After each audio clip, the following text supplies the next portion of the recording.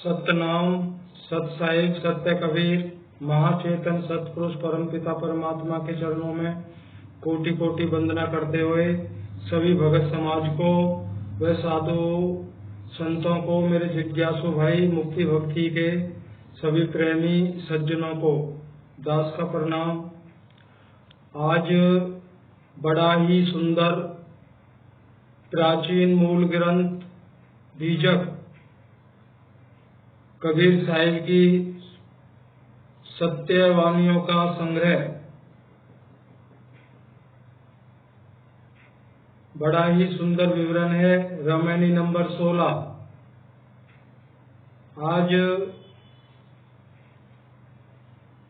रामायणी को सुनाने से पहले आप सभी को एक बात से अवगत कराना चाहते हैं। अगर इस बात को कोई नहीं बता सकता कि हमारे भाग्य में क्या लिखा है, मुक्ति का उस परमात्मा की दया का हमारे भाग्य में है भी या नहीं, तो मेरे जिज्ञासु भाइयों, जिस भाई के अंतःकरण में साहिब की रामायणी में जो उपदेश, जो सिद्धांत, जो मार्गदर्शन सतगुरु कबीर साहिब ने किया है, अगर जिस भाई के अंतःकरण में वो बैठ जाता है और विचार करता है और उसे उपदेश को धारण करता है, तो समझ जाना सतगुरु कबीर साहिब की आप पे अपार कृपा है। जिनकी समझ में नहीं आया या सुनकर कुछ उल्टा ही समझे, जैसे कह देते हैं ना, ये सब सुनी सुनाई बातें हैं, किताबी बातें हैं, तो मेरे भाइयों, आपके अनंत पूर्व जन्मों में भक्ति का संयोग अभी बना नहीं। जब बन जाता है तो सतगुरु कबीर साहिब किसी न किसी माध्यम से उस सत्य तक पहुंचाते हैं। जब साधक दृढ़ता से उस सत्य पर चलता है तो प्रथमाचार्य सतगुरु कबीर साहिब ही एकमात्र सतगुरु हैं, थे, हैं और रहेंगे। सब घट वासा कबीर का, सभी के घट में उस सतगुरु कबीर साहिब का वास है। सतनाम के जो वेदी हैं तो केवल कबीर साहिब हैं, कोई दूसरा है ही नहीं। हाँ, गुरु मार्गदर्शन कर सकता है, उस सत्य सिद्धांत को समझा सकता है, उस पर चला सकता है, लेकिन सत्य नाम का गुप्त वेद आपको नहीं दे सकता। वो साहिब ने बीजक में स्पष्ट कर दिया है। सतगुरु कबीर साहिब के सिवाय वो सार नाम, निज नाम, सार शब्द, नियक्षर, विदय नाम, विदय स्वरूप, केवल सतगुरु के सिवा कोई उसको लखा नहीं सकता। अगर कोई ऐसा कहता है तो सतगुरु के सिद्धांत के अनुसार वह गुरु झूठा है, वह अपना स्वार्थ सिद्ध करना चाहता है। इस बात को बड़ी गहनता से समझिए इस रामायणी के द्वारा और उस पर विश्वास करिए। अगर संयोग नहीं भी बना है, अगर इस जन्म में सतगुरु की वाणियों का अध्ययन करके, सुनकर, विचार करके अगर थोड़े ही चले, तो साहिब ने उनके लिए क्या उपदेश किया है। एक वाणी में है ना, कंचन ज्यों विष्ठा पड़े घटे न तापमोल। अगर हीरा, मोती, अनमोल जो वस्तु होती है, अगर वो विष्ठा में भी गिर जाती है तो उसका मोल नहीं घटता है। विष्ठा और वो मोती क्या है, वो हीरे जैसा मनुष्य तन अगर किसी कुकर्म की वजह से विषय वासनाओं की वशीभूत होकर वो अधम योनियों में जा गिरता है, उसको विष्ठा कहा है, अधम योनियों में जा गिरता है। जैसे ही उस कर्म को भोग के पुनः मनुष्य देह धारण करता है तो वो संत का संत ही रहेगा। जो सत्य उसने उसके अंदर समावेश हुआ था वही सत्य पुनः जागृत होगा और आगे से वो गलती ना करते हुए सदगुरु के सिद्धांत पे चलेगा। सदगुरु उसका मार्गदर्शन करेंगे, उसकी मुक्ति होना लाजमी है।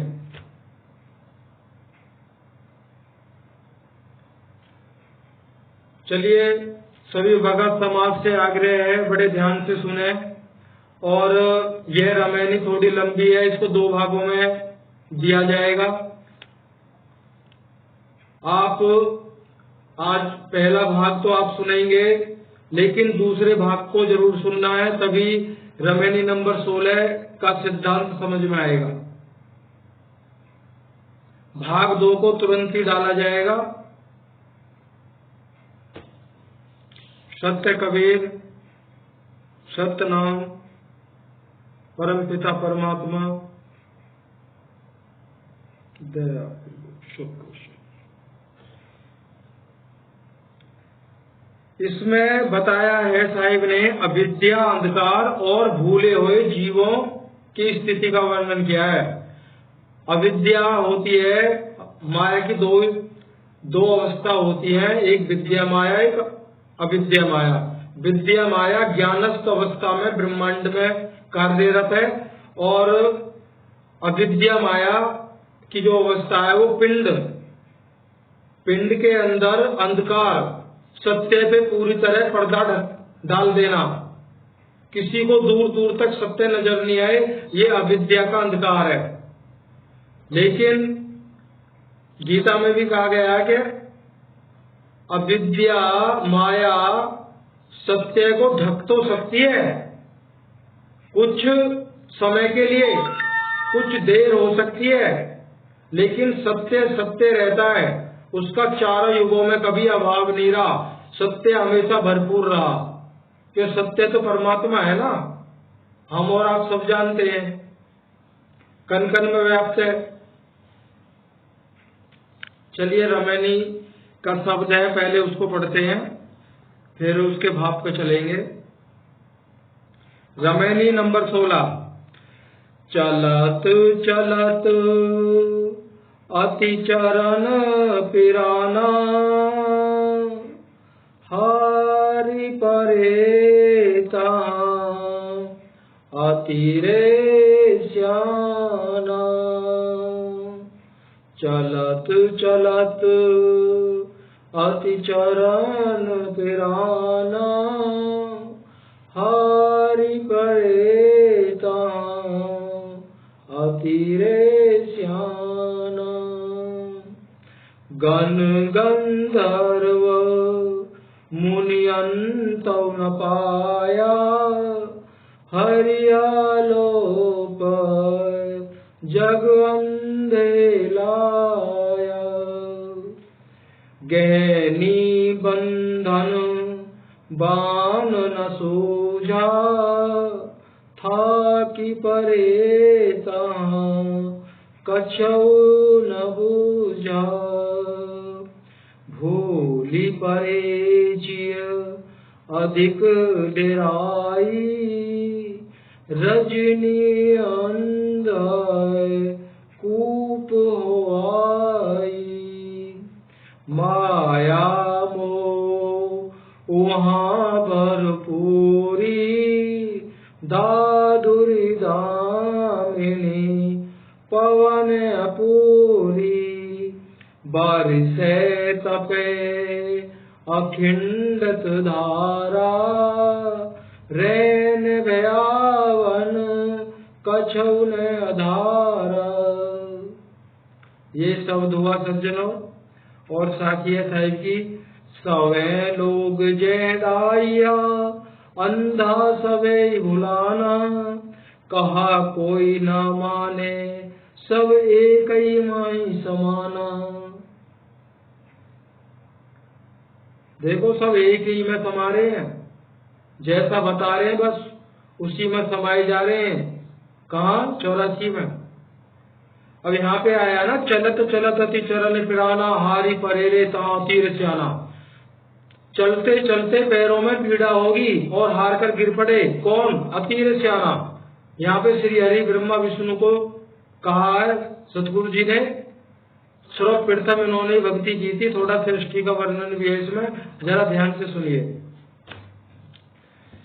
अब इसके भावार्थ पे चलते हैं। सतगुरु कबीर साहिब कहते हैं कि प्रथम ओंकार ब्रह्म निरंजन और उसकी इच्छा के द्वारा महामाया आज्ञा शक्ति उत्पन्न हुई। सबसे पहले प्रथम में ओंकार ज्योतिर्मय स्वरूप ब्रह्म निरंजन और उनकी इच्छा शक्ति से आज्ञा, अष्टांगी आज्ञा शक्ति, अष्टांगी माता दुर्गा प्रकट हुई। अतः इन्हीं दोनों के द्वारा समस्त संसार की उत्पत्ति हुई, संसार की रचना कर दी आदि शक्ति और ब्रह्म निरंजन ने। तत्पश्चात उसके बाद उन दोनों से ब्रह्मा विष्णु और शिव ये त्रिदेव उत्पन्न हुए, मान लो प्रकट हुए। ओंकार ब्रह्म निरंजन तो उक्त त्रिदेवों को उत्पन्न होने पर अदृश्य गुप्त होकर शून्य में स्थिति कर गया। अब जैसे ही ब्रह्मा विष्णु महेश प्रकट हुए तो ब्रह्म निरंजन शून्य में अपना स्थिति कर गए, मान लो गुप्त हो गए। आज्ञा माता से उन्होंने कहा था आज के बाद मेरा कोई दर्शन नहीं कर पाएगा। उस समय जब सृष्टि को रचा था उस समय दिव्य देह धारण की थी।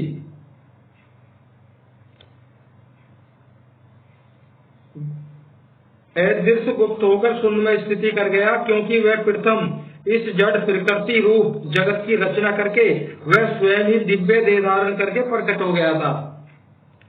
उसके बाद तदंतर उसने माया आज्ञा शक्ति को उत्पन्न करके उसके द्वारा त्रिदेवों को उत्पन्न किया था तथा उक्त त्रिदेवों की उत्पत्ति होने के पश्चात वह गुप्त होकर शून्य में समाकर स्थिति कर गया था। तत्पश्चात उक्त त्रिदेवों ने जब इस जगत की रचना को देखा, जब श्री हरि ब्रह्मा विष्णु महेश ने सृष्टि को देखा, तब परस्पर में विचार करने लगे इस जगत का उत्पत्ति करता कौन है। जब वह इस विषय को नहीं समझ सके तब उन्होंने माता आज्ञा देवी से जाकर पूछा।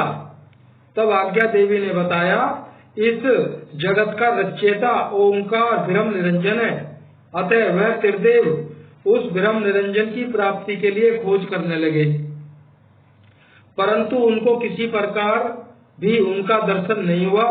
तत्पश्चात उन्होंने आज्ञा देवी के आदेश के अनुसार पिंडी तथा ब्रह्मांडी साधन, जब उन्होंने स्वयं से अपने पिता ब्रह्म निरंजन को खोजना शुरू किया तो वो सफल नहीं हो पाए, तो उन्होंने फिर लौट के माता से पूछा कि उनको कैसे प्राप्त किया जाए, उनका स्वरूप का परिचय कैसे किया जाए। तब माता ने क्या पिंडी तथा ब्रह्मांडी साधन, इस शरीर के द्वारा और ध्यान के द्वारा उनको साधन समझाए। क्या? जाप, अजपा, योग आदि, तप आदि को विधि पूर्वक किया।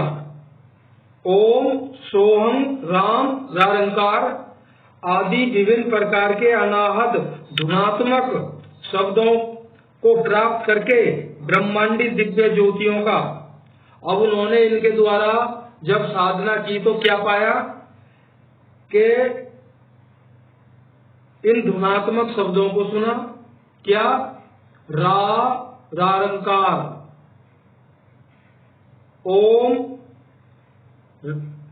और ब्रह्मांडी दिव्य ज्योतियों का त्रिकुटी से लेकर सिर की चोटी तक, त्रिकुटी से लेकर सिर की चोटी तक, जहां बहनें चोटी बनाती हैं, अखंड विशाल निराकार रूप में ज्योति का अखंड प्रकाश, नीचे तक साक्षात्कार दर्शन किया।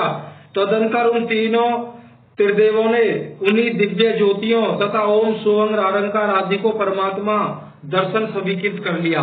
जब इसके अलावा उन्होंने कुछ देखा ही नहीं तो उन्होंने उन धुनात्मक शब्दों को और उस ज्योति दर्शन को ही अपने पिता के रूप में, ज्योतिर्मय स्वरूप ब्रह्म निरंजन को स्वीकार कर लिया।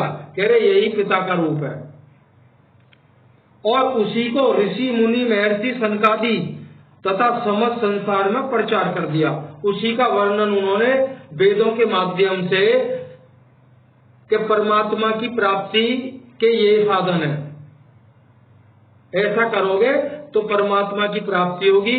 किस रूप में होगी कि आपको धुन सुनाई देगी, धुन के रूप में इस पर विभिन्न प्रकार के शब्द सुनाई देंगे और अखंड ज्योति का प्रकाश दिखाई देगा आपको। तो समझ लेना यही परमात्मा है और मुक्ति हो जाएगी। केवल संसार में यही हो रहा है अभी, और सारे संसार में प्रचार कर दिया। अतएव सतगुरु कहते हैं चलत चलत अति चरण पिराना हारि परेता अति रे श्याना। कह रहे हैं उन त्रिदेव ब्रह्मा विष्णु तथा शिव और ऋषि मुनि महर्षि आदि बड़े बड़े श्यामे और उन उपदेशकों के उपदेश अनुसार संसार में अन्य सब धर्मों को अपने चेतन आत्म स्वरूप का और असली चेतन सत्पुरुष परमात्मा का सत्य यथार्थ का परिचय ज्ञान न होने से असत्य झूठे बनावटी बीच के बने हुए स्वामी ब्रह्मांडी सिद्ध आत्मा निरंजन ब्रह्म को असली परमात्मा मानकर उनकी प्राप्ति के लिए उसकी खोज में चलते चलते पैर बहुत पीड़ित दुखी हो गए। कैसे? साईं कह रहे हैं त्रिदेव और सनकादिक महर्षि बड़ी बड़ी योग साधनाएं उन्होंने की, लेकिन सफल के क्यों नहीं हो पाए? अपने निस्वरूप को ना जान के बीच के बने हुए, बीच के कौन है बने हुए? ज्योतिर्मय स्वरूप ब्रह्म निरंजन, उनको ही परमात्मा माना, लेकिन सगुण साकार निर्गुण से परे सत्पुरुष सार स्वरूप परमपिता परमात्मा महाचेतन उसका किसी को ज्ञात नहीं। इसलिए बीच के बनावटी झूठे ज्ञान को सत्य मान लिया और संसार में प्रचार भी कर दिया। अब जो संसार में प्रचार हुआ है केवल उसी पे तो चलेंगे हम। शुरू में ब्रह्मा जी ही भूल गए तो हमें कैसे याद होगी? हम तो उन्हीं के उपदेश पे चल रहे हैं। इस बात को गहराई से समझना, सतगुरु आगे खोलेंगे। कह रहे चलते चलते अनेक साधन कर लिए, पैर भी थक गए, इसीलिए कहा चलत चलत अति चरण पिराना हारे पड़े का अति रे श्याना। बहुत बुरी दुर्दशा होगी।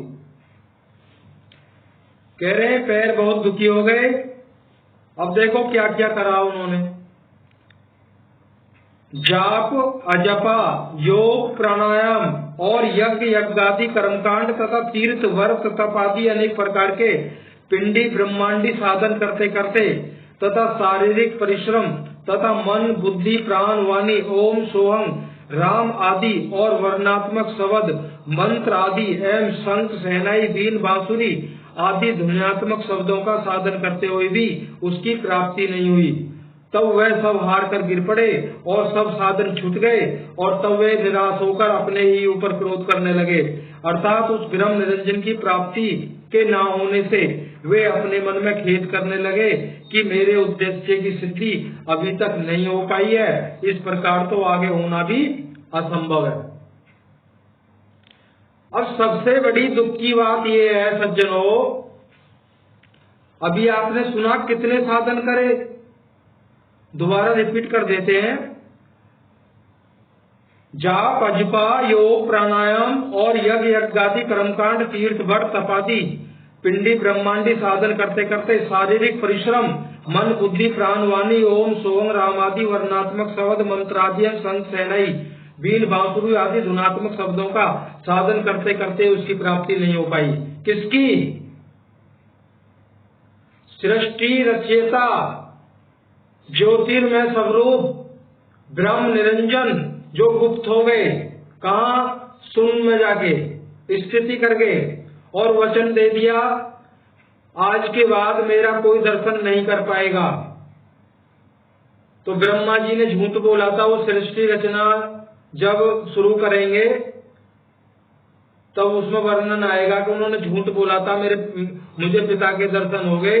तो माता आज्ञा शक्ति ने क्रोधित होकर उनको श्राप दिया था कि आप जगत में अपूज्य ठहराए जाओगे।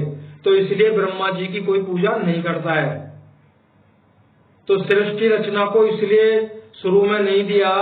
सृष्टि को जानने से हमारा तात्पर्य इतना महत्वपूर्ण नहीं है जितना मुक्ति पाने के लिए जो सतगुरु साहिब का सिद्धांत है उसको पहले जानना जरूरी है। कुछ पता नहीं है सांसों रूपी ढोल कब फट जाए। अगर सृष्टि रचना को जानने में लगे रहे और इधर शरीरांत हो गया तो कुछ भी बनने वाला नहीं।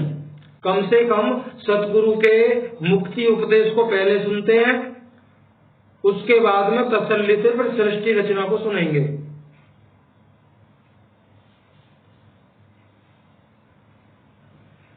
कह रहे जब निराश होकर वो अपने ऊपर ही क्रोध करने लगे कि हमारे उद्देश्य की पूर्ति ना तो हो पाई है और आगे भी होना असंभव है।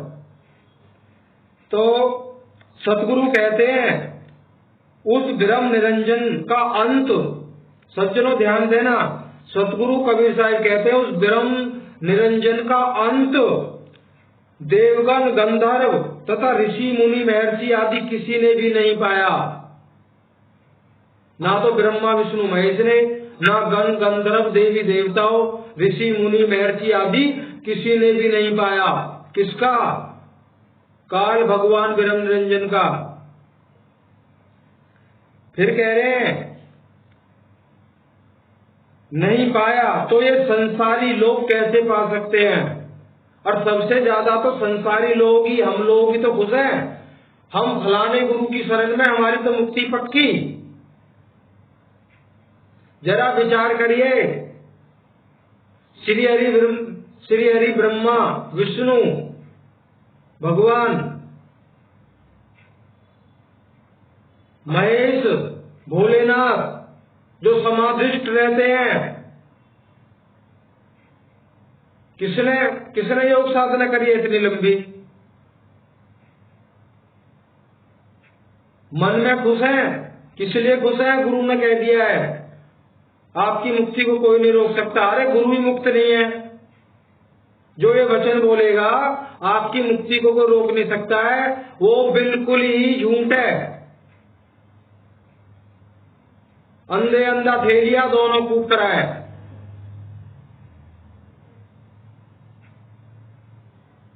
मुक्ति कोई मजाक है? फर्क इतना जरूर है कि परमात्मा को खिलौना बना लिया है। ऐसा करो परमात्मा मिल जाएगा, ऐसा करो परमात्मा मिल जाएगा, ध्यान लगाओ परमात्मा मिल जाएगा, श्वासों का जाप करो परमात्मा मिल जाएगा। साहिब ने तो बोल दिया ना, जाप मरे अजपा मरे अनधु मर जाए, सूरज समावे शब्द में ताको काल ना खाए। ऐसा ही है कुछ।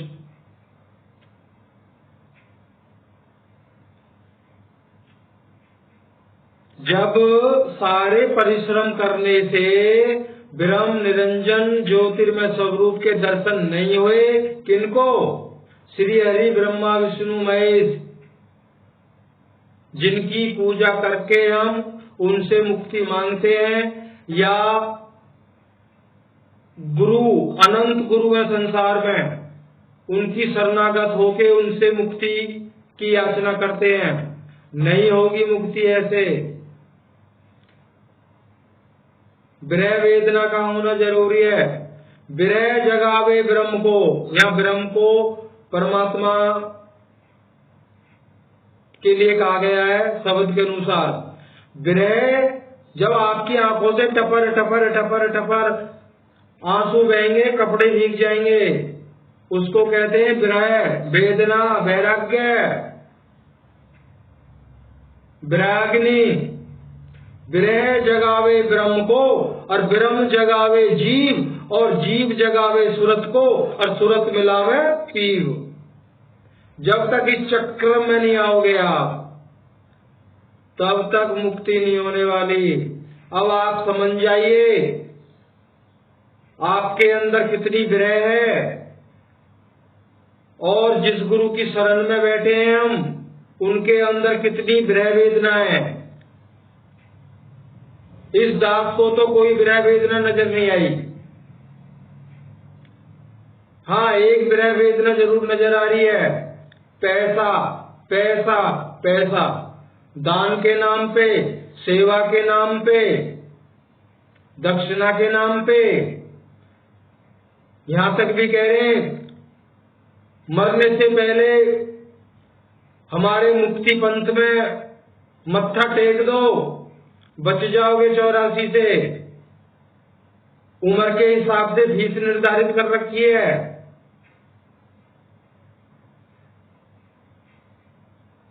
किसी महापुरुष भी बोलते हैं, सही बोलते हैं, कह रहे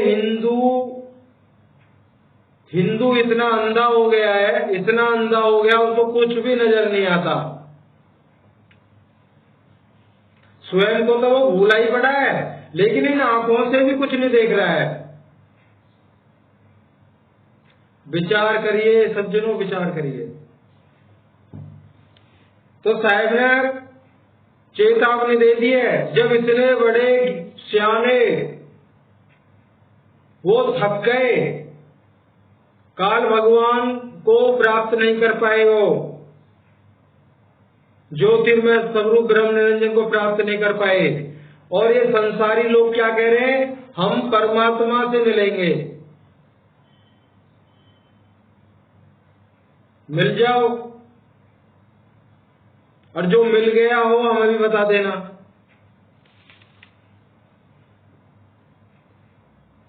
साफ बोल दिया साहिब ने, जो बोला है वो बोल देते हैं, जो होता है वही बोलते हैं, उसमें कोई रत्ती भर भी ना इधर ना उधर। कह रहे संसारी लोगों, तुम कैसे पहुंचोगे, तुम कैसे पहुंचोगे।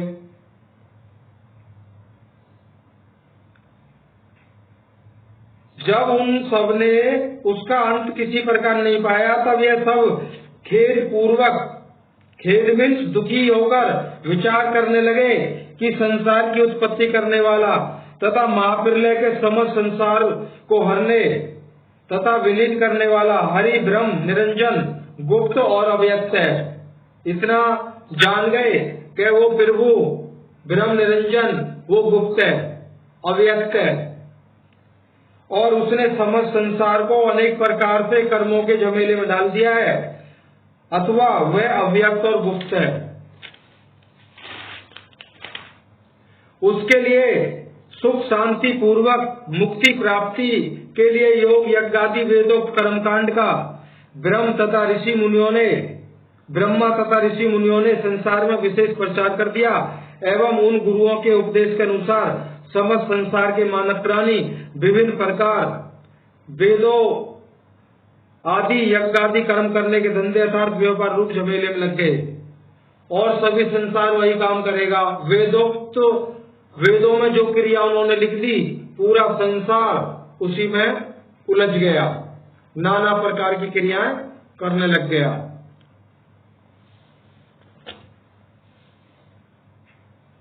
तो सज्जनों, आगे सारा खुलासा रह गया है, और इसका दूसरा भाग इसके नेक्स्ट डे ही डाल दिया जाएगा। तो आपने सुना ब्रह्म निरंजन, उनकी इच्छा से आज्ञा शक्ति, फिर दोनों के विचार से सृष्टि को रचा। उसके बाद में ब्रह्मा, श्री हरि ब्रह्मा विष्णु महेश को प्रकट किया। उनको प्रकट करते ही ब्रह्म निरंजन अपना शून्य में स्थिति कर गए, अव्यक्त और गुप्त हो गए और वचन दे गए आज्ञा शक्ति को, मेरे आज के बाद मेरा दर्शन कोई नहीं कर पाएगा। तो आपने वृत्तांत सुना कैसे श्री हरि ब्रह्मा विष्णु महेश ने अनेकों अनंत योग साधन करके उनका स्वरूप परिचय नहीं कर पाए। हाँ, कुछ धुनात्मक शब्द और अखंड उस ज्योति के दर्शन करे, उसी को परमात्मा मान के उन्होंने उसकी वेदों में रचना की और वो संसार में ऋषि मुनियों और महर्षियों के माध्यम से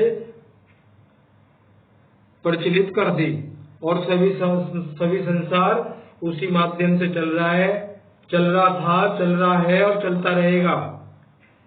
इस झमेले से छुड़ाने के लिए ही सतगुरु कबीर साहब आए थे, चारों युगों में आए थे। अगर उस भेद को, सत्य को कोई और देता तो सतगुरु कबीर साहब को चारों युगों में आने की जरूरत नहीं थी। वो जानते हैं जैसे ये भेद किसी को दिया तुरंत लीक हो जाएगा और लीक होते ही जिनसे छिपाया हुआ है वेद, आज्ञा शक्ति, चेतन आत्मा, ब्रह्म निरंजन, एक भी जीव की मुक्ति नहीं होगी कभी भी अगर वो भेद लीक होता है। बड़े दुख की बात है, संत लोग कहते हैं उस भेद को हम खोल के रख देंगे। एक किसी संत ने अनाउंसमेंट की थी, निकल गया समय 15 अप्रैल, कह रहे आप भंडारे में आइएगा, मुक्ति के उस काया से बाहर के भेद को, उस भक्ति को खोल के रख देंगे। पर सतगुरु कबीर साहब पहले ही बोल गए हैं, कुछ नहीं है उनके पास। जब सतगुरु कबीर साहब के अलावा वो किसी के पास है ही नहीं तो निरे झूठ बोल रहे हैं। तो विषय तो बहुत है कि दान करने से कुछ फायदा होता है नहीं होता है। देखो, अंतकरण की शुद्धि, हक हलाल की कमाई का होना बहुत जरूरी है। अगर दूध में एक टपका आपने खट्टा डाल दिया तो सारा फट जाएगा। ठीक इसी प्रकार दान में आया हुआ पैसा हक हलाल का होना चाहिए। ये गुरु की कृपा के द्वारा ही होता है। लेकिन चारों तरफ से पैसा आता है, वो कैसी कमाई का पैसा आता है, सब भंडारे में लगता है, सब खाते हैं। देखो, जहाँ सत्य है वहां पे सत्य ही रहता है, वहां कोई क्रिया होती ही नहीं है।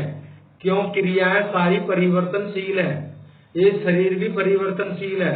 इसके द्वारा जो परिवर्तनशील है उसके द्वारा जो भी भक्ति करोगे वो उसका विनाश होना है। तो बाकी कल इसका भाग दूसरा सब रमेली नंबर 16। देखो, एक वाणी लेके विराम करते हैं। आज की वाणी का सतगुरु कबीर साहब ने कहा है, 20 शब्द है। धरती तो हांडी भई, ढकना भया आकाश, तीन लोक ईंधन भये, जीव का कहाँ निकास। सतगुरु हांडी फोड़ के ढकना दिया उघार, जीव चला सतलोक को काल राजकुमार। देखो केवल इतने ही शब्द में अगर 10 दिन इसी वाणी पे बोलते रहे तो भी सत्संग समाप्त होने वाला नहीं है। संपूर्ण निचोड़ इसी में आ गया है। अविद्या माया ने तो ढक्कन लगा दिया है हांडी के ऊपर। उस हांडी क्या है? पंच भौतिक शरीर उस हांडी के अंदर है सब, और नीचे 3 लोक ईंधन भये।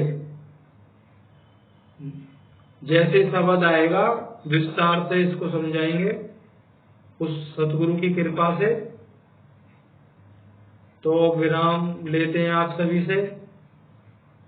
कल फिर मुलाकात होगी इसी रमेनी के सत्संग का दूसरा भाग को लेके। सत्य नाम सत्य कबीर महाचेतन सतपुरुष परमपिता परमात्मा के चरणों में कोटि कोटि वंदना करते हुए सभी भगत समाज को प्रणाम।